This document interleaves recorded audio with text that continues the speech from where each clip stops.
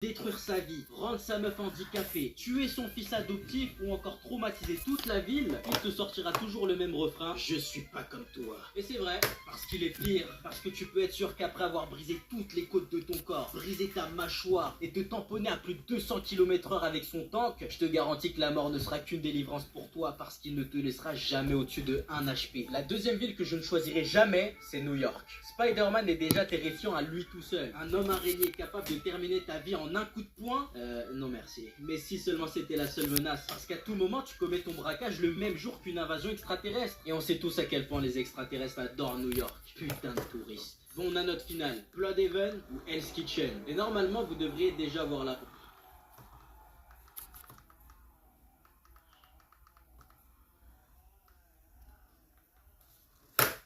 Il n'y a rien de plus fascinant que de voir un héros devenir le pire ennemi de son propre monde. Et aujourd'hui, on va classer les 3 plus grandes chutes de l'histoire. Eren, c'est un personnage qui au fond n'a presque jamais changé. Depuis le début, il est esclave de sa propre idée de liberté. Le jour où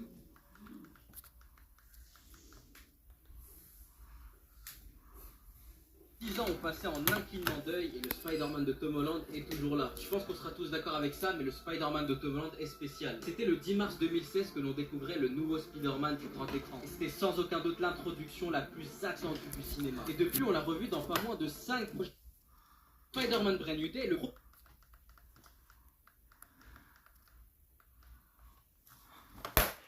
Mais c'est 4 personnages dans une pièce qui en sortent vivants. Minato, Reverse Flash, Metroman et Sonic l'Hérisson. 4 personnages les plus rapides du game, mais un seul vainqueur. Minato, aka l'éclair de Konoha. C'est sans aucun doute le ninja le plus rapide du Japon. Il se téléporte instantanément, te frappe avant même que tu puisses réaliser ce qui se passe. Carrément, il est tellement rapide qu'il est capable de vaincre un renard géant et sauver tout un village entier en un claquement de doigts. Mais Minato n'est pas physiquement rapide, contrairement au perso dans cette pièce. Il utilise une technique, donc si quelqu'un arrive à anticiper sa destination ou bien se déplace hors de l'espace-temps, il est foutu. Et face à un personnage comme Sonic, il n'aurait absolument aucune chance. Sonic est considéré comme étant l'être vivant le plus rapide de Sega, avec une vitesse max d'environ 1300 km/h, donc plus rapide que la vitesse du son. Mais mis à part sa rapidité, Sonic ne dispose ni de super force ou de pouvoirs supplémentaires. Et face à un Reverse Flash capable de voyager dans le temps ou d'un Metroman doté d'une force semblable à celle de Superman, sa forme de base se ferait totalement détruire. Et c'est pour ça que Super Sonic existe. Sous cette forme du Super Saiyan, il devient plus rapide que la vitesse de la lumière et ne se contente plus seulement de courir mais aussi de voler, lui permettant d'aller sur la lune en moins d'1 seconde. Et en termes de puissance, ce petit hérisson te balance des punchs qui génèrent autant de force que 1000 éclairs. S'il y a des gens ici qui me disent que Reverse Flash aurait sa chance face à ce monstre,